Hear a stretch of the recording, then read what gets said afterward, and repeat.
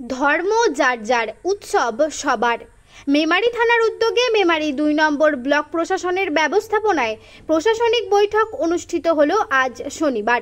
মেমারি ২ নম্বর ব্লকের অন্তর্গত মসজিদের ইমাম ও ঈদ কমিটিদের নিয়ে মেমারি ২ নম্বর ব্লকের সমষ্টি উন্নয়ন ও পঞ্চায়েত সমিতি সভাকক্ষে প্রশাসনিক বৈঠক অনুষ্ঠিত হলো।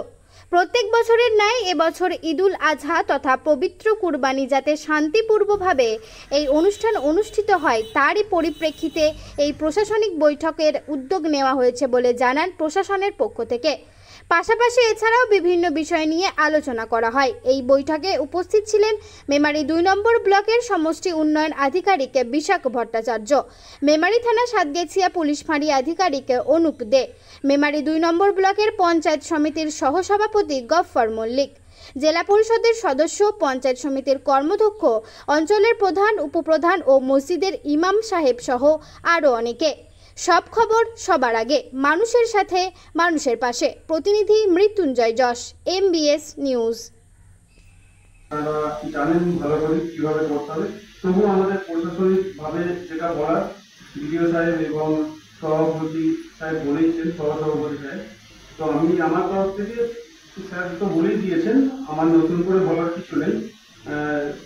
বাইক রিলেটেড যেটা আছে ওটা তো বলেই দিয়েছে, মদ্য অবস্থায় কেউ যেন গাড়ি না চালায় এবং হেলমেট পরে যেন গাড়ি চালায়। মোটামুটি ১,৫০০ ঘটছে, কোনোদিন কোনো অসুবিধা হয়নি ঈদুল আজহা সম্পর্কে। আর আশা করছি এরকম আমাদের যাতে না হয়, এইভাবে আমরা ঈদুল আজহা, ঈদুল ফিতরের আমার কথা রাখি। আমাদের একটা জিনিস সমস্যা জেনে যায়, সেটি ওদের মহরম, যেহেতু আমাদের ঈদুল আজহা সম্পর্কে আমাদেরকে ডাকা হয়েছিলেন, এখান থেকে আমাদেরকে শান্তির বার্তার কথা বললেন। এটা তো আমরা শান্তির বার্তা দিয়ে আসছি, তার সাথে মমতা বন্দ্যোপাধ্যায় আমাদের সাথে সাথ দিয়ে আরও আমাদের কাজটা করার সুবিধা করে দিয়েছেন। তো আমাদের ঈদুল আজহা কীভাবে করবেন সেই গাইডলাইনটা ওনারা দিলেন, আর সেটা এই মেমারি ২ নম্বর ব্লক পারহাটি বিডিও ঘরে ঘরে ওখানে মিটিং হলো। আর তার সাথে সাথে আমরা সকলে এই বার্তা নিয়ে পৌঁছে দেওয়ার প্রতিশ্রুতি দিয়েছি। আর আমার নাম জামিউল হাসান মোল্লা, আমার কালীবেলেই বাড়ি।